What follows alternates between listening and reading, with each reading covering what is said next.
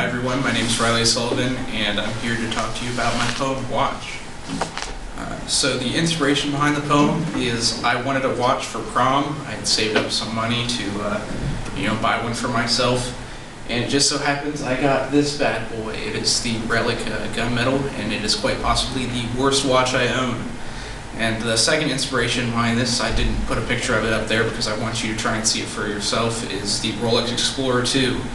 And so that's the watch I wrote about a little bit, and hopefully when I read my poem you can see it for yourself. So I'm going to start out by reading my poem. The seconds sweep by as I peer into the glass. I see the time, the future, the cosmos, the sea. Your minute marks are an aquamarine blue. Your dial, a polished pearl, divine. The envy of Poseidon himself. A sleek titanium bezel ties you all together. But hiding in your case, there's so much more to find. Inner mechanisms go to work, driving your spring into action. Gears, in unison, twist and turn, making your second hand hum, your minute hand jog, and your hour hand crawl. There's millions out there like you, but not a single one is the same. You're unique, tested, and true, handmade and sophisticated, useful but quaint. Presidents, celebrities, prime ministers, businessmen, pastors, and sailors all wear you on their wrists. We can't get back what you give, so we obsess over what you say. You're more than just a watch. You're a tool, a killer, a savior, a work of art, and an arbitrator.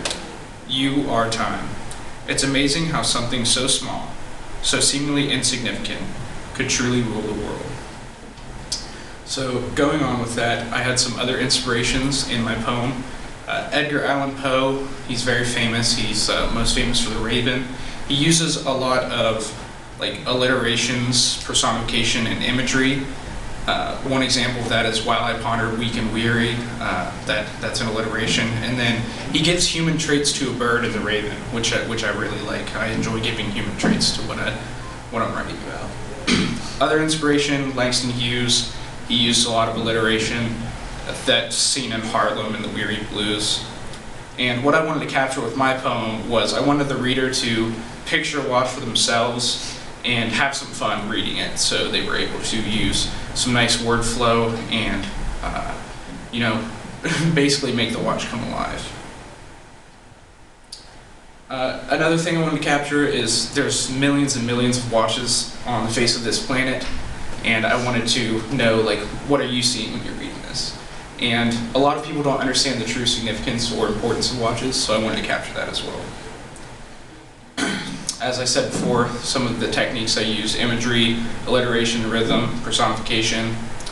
And then going on further from the slide, the most challenging, surprising, or interesting part of writing the poem, I would have to say, is how much easier it was writing about watches, which are just something I enjoy, than a serious subject. I figured, something that would be serious or more entertaining to other people would be easier to write for me, but it wasn't. And so writing about watches I found a lot of enjoyment in.